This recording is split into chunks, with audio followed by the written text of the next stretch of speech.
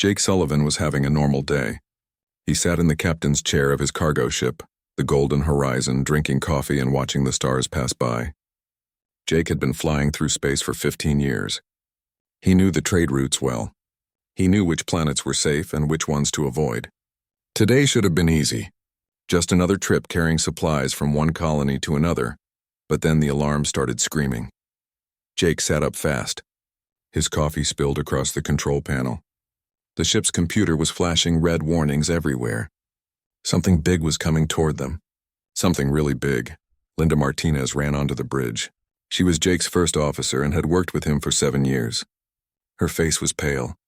She pointed at the main screen. There it was. A massive warship.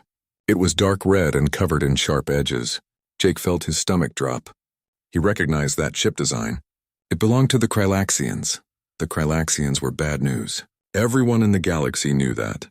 They were giant aliens almost 8 feet tall, with 4 arms and bodies covered in armor like a beetle. They had sharp claws and even sharper tempers. Their empire controlled this whole sector of space. They did whatever they wanted and nobody could stop them. "Jake, what do we do?" Linda asked. Her voice was shaking. Jake thought fast. They could try to run, but the Krylaxian ship was faster. They could try to fight, but that would be stupid. The Golden Horizon was a cargo ship, not a battleship. They had no weapons that could hurt a warship. "Tell the crew to stand down," Jake said. "Don't fight them. Don't give them any reason to shoot us." Linda nodded and grabbed the intercom. Seconds later, they heard a loud bang. Then another. And another. The Krylaxians were attaching boarding pods to their ship. They were coming inside. Jake stood up and walked to the bridge door. He could hear heavy footsteps in the hallway. The footsteps were getting closer. Then the door exploded open. Krylaxian soldiers rushed in. They were massive. Their armor made loud clicking sounds as they moved. Their 4 arms carried weapons that looked powerful enough to blast through walls. Behind them came their commander. The commander was even bigger than the soldiers. His armor was darker, with scratches and dents from many battles. He had a nasty scar across his face. A small device on his chest made a crackling sound, then spoke in English. "You will come with us. Your ship now belongs to the Krylaxian Empire. You are trespassing in our space." Linda started to argue. "We have permits. We have authorization. This is a registered trade route." Jake raised his hand. Linda stopped talking. He stepped forward slowly, keeping his hands where the aliens could see them. "We don't want trouble," Jake said calmly. "What do you want from us?" The commander made a sound that might have been a laugh. His mandibles clicked together. The translator spoke again. "What we want your human government to pay for your release, or you will work in our mines until you die. Either way we win." Jake felt anger rise in his chest, but he kept his face calm. He looked at the commander's eyes. They were cold and confident. This alien thought humans were weak. He thought this would be easy. The Krylaxians separated the crew. They put each human in a different cell on their warship. Jake's cell was small and cold. The walls were metal. The air smelled bad like chemicals. There was a tiny window in the door, barely big enough to see through. Jake sat on the hard floor and looked around. The cell was about 6 feet wide and 8 feet long. There was no bed, just a thin mat on the floor. In the corner was a toilet and a small sink. That was everything. Through the small window, he could see part of the hallway. Every few minutes, a guard walked past. The guards were always Krylaxian soldiers. They never looked at the cells. They just walked back and forth, confident and bored. Jake lay down on the mat. It was uncomfortable, but he had slept in worse places. He closed his eyes and thought about his situation. The Krylaxians thought they had hostages. They thought they could use Jake and his crew to get money from Earth. They thought humans were weak and scared. They were wrong. Jake had learned a lot in his 15 years of space travel. He had learned about different alien species. He had learned about their ships and their technology. And he had learned something important about the Krylaxians. They were strong, yes. They were powerful, yes. But they were also arrogant. They thought they were the best warriors in the galaxy. They never expected anyone to fight back. And that was their weakness. Jake opened his eyes and looked at the ceiling. He started making a plan. It would be dangerous. It might not work. But doing nothing was not an option. He was not going to spend the rest of his life working in some alien mine. His crew was not going to die on this ship. He was going to get them out. All of them. The first thing he needed to do was watch and learn. He needed to understand how this ship worked. He needed to know the guard schedules. He needed to find the weak points, so Jake started watching. Every time a guard walked past, he watched. Every time he heard a sound, he listened. Every time something happened on the ship, he paid attention. The Kralaxians thought they had captured a helpless cargo ship captain. But Jake Sullivan was more than that. He was a survivor. He was a problem solver. And he was about to show these aliens what humans were really capable of. The game had just begun. Days passed slowly in the cell. Jake counted them by watching the lights in the hallway. The Kralaxians had a day and night cycle on their ship. Every 12 hours, the lights would dim. That meant nighttime. When the lights came back on, it was morning. The food was terrible. Twice a day, a guard would open a small slot in the door and push through a bowl of gray paste. It tasted like old cardboard mixed with chemicals, but Jake ate it anyway. He needed to keep his strength up. While he ate, Jake watched everything. He noticed that the guards changed every 6 hours. He noticed that there were always 2 guards in his section of the ship. He noticed that they never seemed worried or alert. They just walked back and forth, looking bored. That was interesting. The Kralaxians were not afraid of their prisoners. They thought the cells were secure. They thought escape was impossible. Their confidence made them careless. Jake also paid attention to the sounds. Every ship made sounds. The hum of the engines, the whoosh of the air system, the clang of footsteps. By listening carefully, Jake was building a map of the ship in his mind. On the 5th day, something different happened. The commander came to visit. Jake heard the heavy footsteps coming down the hall. They were different from the regular guards. Heavier, more confident. He sat up on his mat and waited. The commander appeared at the window. His forearms were crossed over his chest. His scarred face looked down at Jake. The translator device crackled. "Your government has been contacted. They refuse to pay for your release. They say they do not negotiate with kidnappers." Jake stood up slowly. He looked the commander in the eye. He showed no fear. "Good, that is the right answer." The commander seemed surprised. His mandibles clicked in confusion. "You are happy about this? You will work in the mines now. You will break rocks until your body breaks. Does this make you happy?" Jake walked closer to the door. He kept his voice calm and steady. "Let me ask you something, Commander. In all your years of conquering other species, how many of them came from death worlds?" The commander tilted his head. "Death worlds? What does that matter?" Jake smiled. It was not a friendly smile. "Earth is a Class 9 death world. Do you know what that means? It means our planet tried to kill us every single day. Ice ages, diseases, predators with teeth longer than your claws, volcanoes, earthquakes, hurricanes. Earth threw everything at us and we survived." The commander was quiet now. He was listening. "We had to be smart to survive," Jake continued. "We had to adapt. We had to learn. Other species evolved to be strong or fast or poisonous. Humans evolved to be clever. We learned to use tools. We learned to work together. We learned to plan. So what?" the commander said. But his voice was less confident now. "So I am not afraid of your minds," Jake said. "I am not afraid of you. I am calculating. I am planning. And I am going to show you why humans are dangerous." The commander stared at him for a long moment. Then he turned and walked away. His footsteps were not quite as confident as before. Jake sat back down on his mat. That went well. He had planted a seed of doubt in the commander's mind. The Kralaxians were not used to prisoners who talked back. They were not used to prisoners who showed no fear. Now Jake needed to work on the next part of his plan. He needed to find a way to communicate with his crew. Specifically, he needed to talk to Linda. She would understand what he was planning. They had worked together long enough that they could almost read each other's minds. The opportunity came the next day. Once every day, the guards would open the cells for cleaning. Prisoners were allowed out for exactly 5 minutes. They could use the bathroom at the end of the hall. They could stretch their legs. But they were watched carefully the whole time. When Jake's door opened, he walked out slowly. He kept his hands visible. He did not want the guards to think he was trying anything. He walked down the hall toward the bathroom.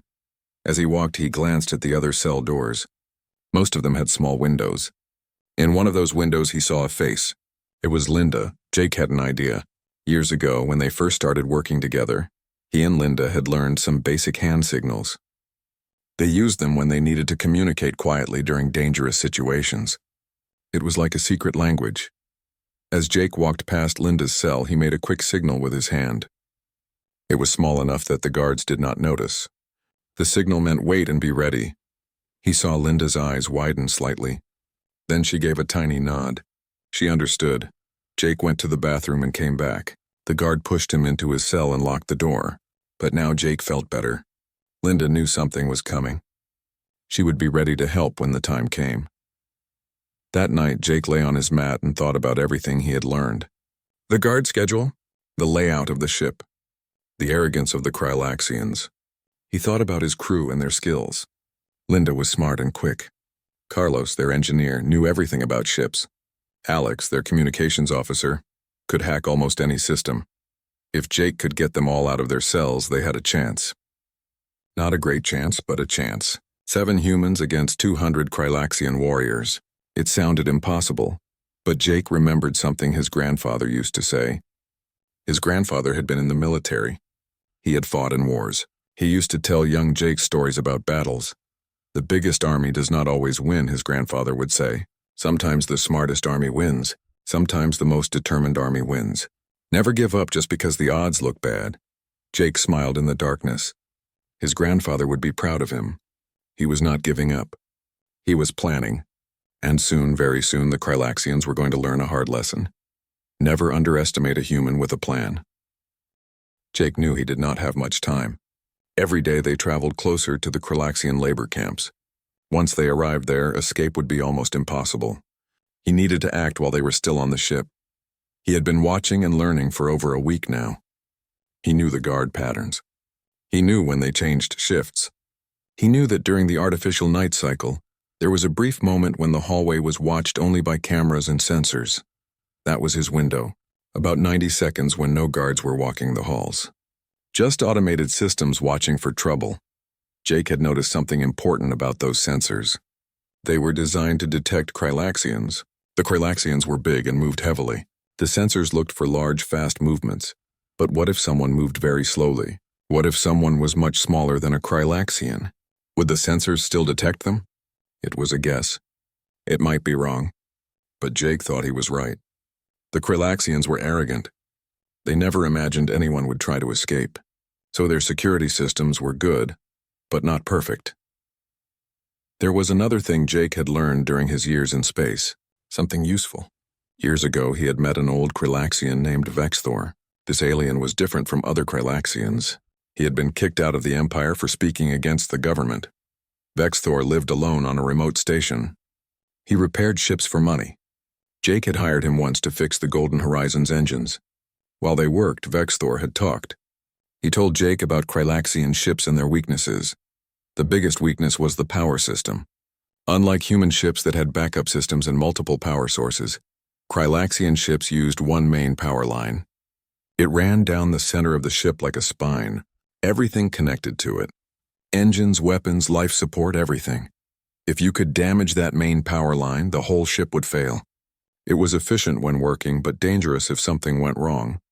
Jake needed to find that power line. But first, he needed to get out of his cell. He started a new routine. Every day, Jake began exercising. He did push-ups. He did squats. He ran in place. He exercised for hours until his body was covered in sweat. The guards thought this was funny. They would stop and watch him through the window. They would laugh and make comments. Look at the little human. He thinks exercise will save him. Stupid creature. But Jake was not being stupid. He had a plan. Human bodies generate heat when they exercise. A lot of heat. Normally the body cools down by sweating, but in a small enclosed space like a cell, that heat builds up. The temperature rises. Jake was turning himself into a heater. Every day for hours he would exercise and make the cell hotter. The air system tried to cool the room down, but it could not keep up. The temperature kept rising. After 3 days of this, alarms started going off in his section of the ship. The environmental controls were failing. The temperature sensors were reporting problems. A maintenance crew arrived. Jake watched through his window as they worked. They opened panels in the wall. They checked wires and circuits. They cursed and complained about the malfunctioning systems, and Jake got to see what was behind the walls. There it was, the main power conduit. It was exactly where Vexthor had described it. A thick cable running vertically through the wall, glowing slightly with energy. It was less than 2 meters behind his cell wall. Perfect. Now Jake had all the information he needed. He knew where the power line was. He knew when the guards changed shifts. He knew how to signal Linda. He knew the layout of the ship. There was one more thing he needed. A weapon. Something to help him take down a guard. The food bowls were made of soft plastic. Useless. But the trays they came on were different. They were made of thin metal. Not strong metal, but metal nonetheless. Jake had been saving his trays. Instead of giving them back through the slot, he would pretend to give them back but actually keep them. The guards never counted. They just assumed he was giving back all the trays. Now he had 5 trays hidden under his sleeping mat. He took one and began working on it. He bent it, he twisted it. He rubbed it against the rough metal floor during his exercise time when the guards were not watching closely. Slowly, over several days, the tray began to break. A piece came off. It was small, about the size of his thumb. One edge was sharp from where it had broken. It was not much. It would not win a battle, but it might be enough to surprise a guard. And surprise was all Jake needed. He hid the metal piece in his sock. He continued his exercise routine.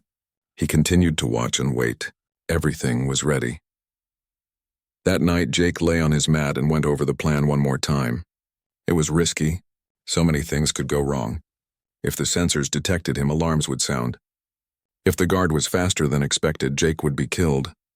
If he could not open the other cells, his crew would be trapped. But doing nothing was not acceptable.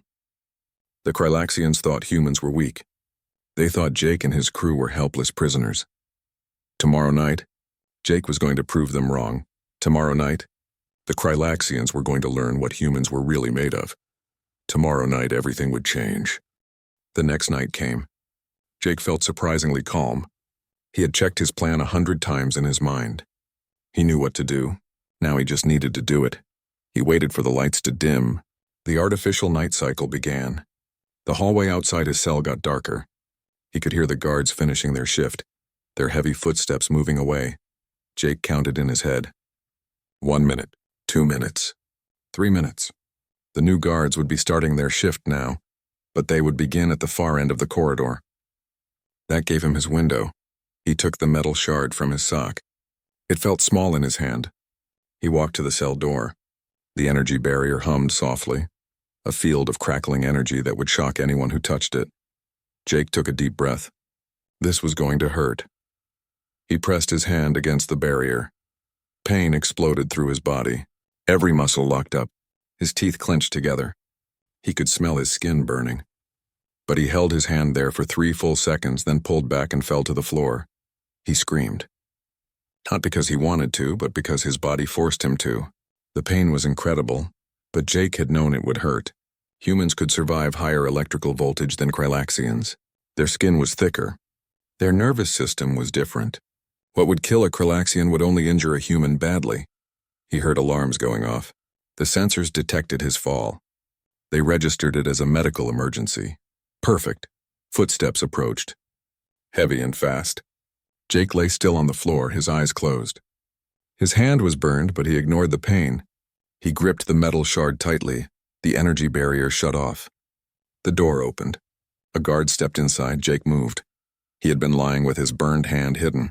Now he swung it up, driving the metal shard into the gap between the guard's armor plates. Vexthor had told him exactly where to strike. Right below the chest plate where the neural cluster was located. The guard made a choking sound and collapsed. The Krylaxian hit the floor with a heavy thud. Jake did not wait. He grabbed the guard's access card and weapon. The plasma rifle was heavy, designed for Krylaxian hands, but Jake could hold it. He ran out into the hallway. The second guard was coming to investigate. He saw Jake and raised his weapon. But Jake was faster. He fired the plasma rifle. The blast hit the guard in the chest and the alien went down. More alarms started blaring. Jake ran to Linda's cell and used the access card. The door opened. Linda jumped up. Jake, what is happening? We are leaving. Come on, they ran down the hall opening cells. Carlos came out, then Alex, then the rest of the crew. All 6 of them stood in the hallway looking scared but determined. "What is the plan, Captain?" Linda asked. More alarms were sounding now. They could hear shouting and footsteps coming from other parts of the ship. "We are not running, not yet. First, we are going to do something these aliens will never forget." Jake led his crew through the maintenance corridors. He remembered the layout from his observations. They moved quickly but carefully. They needed to reach the engineering section. They ran into 3 more guards along the way. Each time, the Kralaxians expected a fair fight. They expected the humans to be scared and easy to capture. They were wrong. The humans did not fight fair. They used the environment. They hid around corners. They threw tools and debris. They worked together, attacking from multiple sides at once. The Kralaxians were strong in one-on-one combat, but they had never learned to fight an enemy that used guerrilla tactics. They were confused and slow to adapt.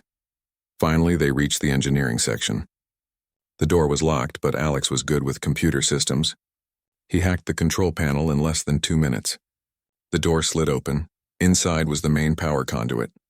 It was exactly where Jake remembered. A thick cable running down the center of the room, glowing with energy. "Carlos, you are up," Jake said. The engineer looked at the conduit and nodded. He took the plasma rifle from Jake and adjusted its settings to the lowest power level. Then he began carefully cutting through the protective housing. "Captain, if I do this, the entire ship will go dark. Everything will shut down, I know. That is exactly what I want. But we will be in the dark too." Jake smiled. The Kralaxians evolved on a planet with 3 suns. They have never known real darkness. Their eyes are not made for it. But humans? Our ancestors hunted at night for thousands of years. "We can handle the dark," Carlos understood. He finished cutting through the housing and exposed the power conduit. Then he looked at Jake. "Ready? Do it." Carlos fired the plasma rifle directly into the conduit. The effect was immediate and dramatic. Sparks flew everywhere. The conduit exploded in a shower of light. Then everything went dark, complete darkness. Not even emergency lights. The entire ship had lost power. Jake heard the Kralaxians screaming. Their voices filled with panic and confusion. They were clicking and screeching, trying to find each other in the darkness. The humans, meanwhile, stood quietly. They let their eyes adjust. After a minute, they could see a little bit. Not much, but enough. The Kralaxians could not see anything at all. "All right, team," Jake whispered. "Now comes the fun part. We are going to take this ship." The darkness was complete. Jake could hear the Kralaxians stumbling around, crashing into walls, calling out to each other in panic. Their voices were full of fear. They had never experienced anything like this. Jake gathered his crew close and whispered instructions. "Linda, take 2 people and go to the armory. Lock it down so they cannot get weapons. Carlos, see if you can restore partial power to just a few systems. We choose what gets power, not them. Alex, find the communications array. We need to contact Earth." The crew split up. They moved slowly and carefully through the dark corridors. Their eyes had adjusted now. They could see basic shapes and outlines. It was not much, but it was enough. The Kralaxians, on the other hand, were completely blind. Their eyes were made for bright, sunny environments. In total darkness, they were helpless. Jake moved through the ship like a ghost. He avoided the Kralaxians easily. He could hear them long before he saw them. They were loud and clumsy in their panic. He reached a control panel and felt along its surface. Most of the buttons were dead, but some basic mechanical switches still worked. He flipped one. Somewhere in the distance, a door locked. He flipped another. An air vent closed. Jake was not fighting the Kralaxians. He was controlling their environment. He was blocking corridors, opening and closing doors, creating confusion. It was psychological warfare, and it was working. Linda reached the armory with her team. The door was locked, but the lock was electronic and had no power. She used a crowbar they had found to pry open a maintenance panel. Inside were manual override controls. She pulled the lever, and the armory door sealed shut with heavy metal bolts. Now the Kralaxians could not access their weapons. They were trapped in the dark with no way to arm themselves properly. Carlos worked on the power systems. He could not restore full power, but he found a way to bring a few circuits back online. He chose carefully. Lights in the human-controlled sections came on. Lights in the Kralaxian areas stayed dark. This gave the humans a huge advantage. They could see where they were going. They could coordinate their movements. The Kralaxians were still stumbling around in darkness. Alex found the communications room. It was empty, the guards having fled when the power went out. He sat down at the main console and started working. The system was different from human technology, but the basics were the same. Input-output signal processing. He could figure it out. It took him an hour, but eventually he got a signal out. It was weak, but it was enough. He sent a distress call with their location and situation. Then he encrypted it so only Earth Command could receive it. 2 hours after the power went out, Jake stood on the bridge of the Krylaxian cruiser. His crew had secured all the critical systems. They controlled power, communications, and life support. The Krylaxians were trapped in the lower decks. The commander, Thraxor, had been found and captured. He was now tied up with his own restraint cables. Emergency lights flickered on the bridge, casting strange shadows. Thraxor looked at Jake with disbelief. His confidence was gone. He looked tired and confused. This is impossible. You are just prey. Weak creatures. How did 7 of you defeat 200 warriors? Jake sat down in the commander's chair. It was too big for him, but that did not matter. He looked at the alien calmly. That is your problem, Commander. You thought we were prey because we are smaller, because we do not have armor or claws. But being prey does not mean being weak. It means being smart. Jake stood and walked to the viewport. The stars stretched out before them, beautiful and endless. You know what humans are good at? We learn. Every time something hurt us, we studied it. Every time we faced a stronger enemy, we found their weakness. We survived for millions of years by being clever, by adapting, by never giving up. He turned back to face the commander. You are strong in battle, but you never learned to fight enemies who do not play by your rules. You expected us to be scared. You expected us to obey. You expected us to accept being prisoners. Alex came onto the bridge. Captain, I have managed to contact Earth Command. They are sending ships. They will be here in 4 hours. Excellent. Jake looked at Thraxor again. You and your crew are going to be handed over to the Galactic Authority. You will face charges for piracy and kidnapping. Your empire is going to learn a lesson today. What lesson? The commander asked quietly. Never mistake patience for weakness. Never think that someone who avoids fighting cannot fight. And never ever underestimate humans. Linda brought food and water for the crew. They ate while they waited for rescue. Carlos continued to monitor the ship's systems. Alex kept the communications open. They took turns resting and keeping watch. The Krylaxians stayed in the lower decks. Without weapons or power, they could do nothing but wait. Some tried to break through doors, but the humans had secured everything. Some tried to organize, but without being able to see each other, coordination was impossible. 4 hours later, sensors detected ships approaching. They were human military vessels, 3 destroyers and a carrier. They had come quickly and in force. A voice came over the communications system. This is Admiral Hayes of Earth Command. Golden Horizon crew, are you safe? Jake picked up the communicator. Admiral, this is Captain Sullivan. My crew is safe. We have control of the Krylaxian cruiser. We have 200 prisoners who need to be secured. There was a pause. Then the Admiral spoke again, and Jake could hear the surprise in his voice. You took control of the entire ship? With 7 people? Yes, sir. It is a long story. I will explain everything in the debriefing. The military ships docked with the Krylaxian cruiser. Marines came aboard and took custody of the prisoners. Medical teams checked on Jake and his crew. Everyone was tired and bruised, but alive. As Jake walked off the Krylaxian ship, he looked back one last time. It had been a prison. Then it had been a battleground. Now it was just evidence of what humans could do when pushed too far. The Krylaxians had thought they had hostages. They had been wrong. They had humans with a plan. And that made all the difference. The news spread fast. Within days, every species in the galaxy knew what had happened. 7 humans had captured a Krylaxian warship. They had defeated 200 trained warriors. They had done the impossible. The story was told and retold. Each time it grew a little bigger. Some versions were accurate. Some were exaggerated. But the basic truth remained. Humans were not as weak as everyone thought. Jake and his crew were taken to Earth for debriefing. They spent 3 days answering questions from military officials, government representatives, and intelligence officers. Everyone wanted to know exactly how they did it. Jake explained everything. The planning, the observation, the exploitation of Krylaxian weaknesses, the use of darkness, the psychological warfare. He held nothing back. The military officers were impressed. Some of Jake's tactics were already being added to training programs. If one cargo ship crew could do this, imagine what trained soldiers could do. But Jake had no interest in becoming a military hero. He was a cargo ship captain. He wanted to go back to his normal life. He wanted to fly the Golden Horizon and carry supplies between colonies. The government understood. They gave Jake and his crew medals. They gave them money to repair their ship. They gave them thanks and respect. Then they let them go. Meanwhile, the Krylaxian Empire was dealing with the aftermath. The prisoners were handed over to the Galactic Authority.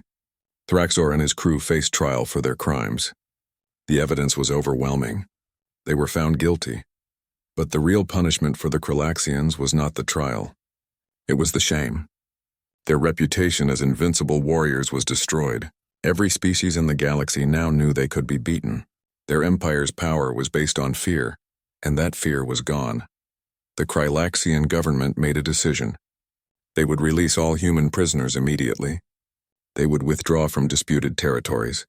They would stop harassing human ships. It was not kindness. It was survival. They could not afford another embarrassment like this. The Galactic Commerce Authority took notice too. They formally recognized human merchant vessels' rights to travel freely through all registered trade routes. They increased penalties for piracy. They made it clear that kidnapping humans would result in severe consequences. Other species began to view humans differently. The small, seemingly weak creatures from the Death World were actually dangerous, not because they were violent, but because they were clever. They could adapt to any situation. They could turn any environment to their advantage. Some species became more cautious around humans. Others became more friendly, wanting to build alliances. Either way, humanity's position in the galactic community had changed forever. Jake and his crew returned to the Golden Horizon. The ship had been repaired and upgraded. New engines, better shields, improved communications. It was almost like having a new ship. Their first trip back into space was strange. They followed the same route they had taken before. They passed through the same sectors, but everything was different now. Other ships gave them space. Stations welcomed them warmly. When they docked at a trading post, aliens would point and whisper, "That is the Golden Horizon. That is Captain Sullivan. That is the crew that took the Krylaxian ship." Jake found it uncomfortable at first. He did not like being famous. He had just done what needed to be done. But Linda pointed out that their fame was useful. Nobody would try to rob them now. Nobody would try to cheat them in trade deals. Their reputation protected them. One day, several months after the incident, Jake was sitting in the captain's chair drinking coffee when a communication came through. It was an old frequency, one he had not used in years. He opened the channel. A familiar voice spoke. "Captain Sullivan." "It is Vexthor." Jake smiled. The old Krylaxian engineer. He had not heard from him in over 2 years. "Vexthor, it is good to hear from you. How are you?" "I am well. I heard about what you did, using the power conduit weakness I told you about. Very clever. Your information saved our lives." "Thank you." There was a pause. Then Vexthor spoke again, and his voice was serious. "Captain, I want you to know something. What you did has changed things in the Empire. There are others like me who think the old ways are wrong. Your victory has given us hope. Change is coming, I hope so, Vexthor. The galaxy is big enough for everyone. We do not need to be enemies." "Agreed. Safe travels, Captain Sullivan." The communication ended. Jake sat back in his chair and thought about that conversation. Maybe his actions had done more than just save his crew. Maybe they had started something bigger. Linda came onto the bridge with 2 cups of coffee. She handed one to Jake and sat in her usual chair. "So, Captain, are you glad we survived?" Jake laughed. "That is a stupid question," she smiled. "I mean, are you glad things happened the way they did? We are famous now. People know our names. Our ship is legendary." Jake thought about it. "I would rather have avoided the whole thing. I would rather not have been captured. But yes, I am glad we fought back. I am glad we won. And I'm glad we showed the galaxy what humans can do." They sat in comfortable silence, drinking their coffee and watching the stars drift by. The Golden Horizon continued on its route, carrying cargo from one colony to another. Just a normal merchant ship doing normal work. But everyone in the galaxy knew the truth. This was not just any merchant ship. This was the ship that had defied the Krylaxian Empire. This was the crew that had proven humans were not prey. Other human ships followed their example. When faced with danger, they did not give up. They adapted. They planned. They used their intelligence and creativity to overcome obstacles. The phrase became common among spacers. When in doubt, think like Sullivan. It meant staying calm under pressure. It meant looking for weaknesses. It meant never accepting defeat. Jake heard about this phrase and shook his head. He had not meant to become a symbol, but if it helped other humans stay safe, he supposed it was worth it. Years passed. Jake continued to captain the Golden Horizon. Linda stayed as his first officer. The crew changed a little over time as people retired and new members joined. But the spirit remained the same. And whenever young crew members asked about the incident with the Krelaxians, Jake would tell them the story. Not to brag, but to teach. He would explain the importance of observation, patience, and planning. He would remind them that being human meant being adaptable. They thought they had hostages, Jake would say at the end of every telling. But they were wrong. They had humans, and humans always find a way.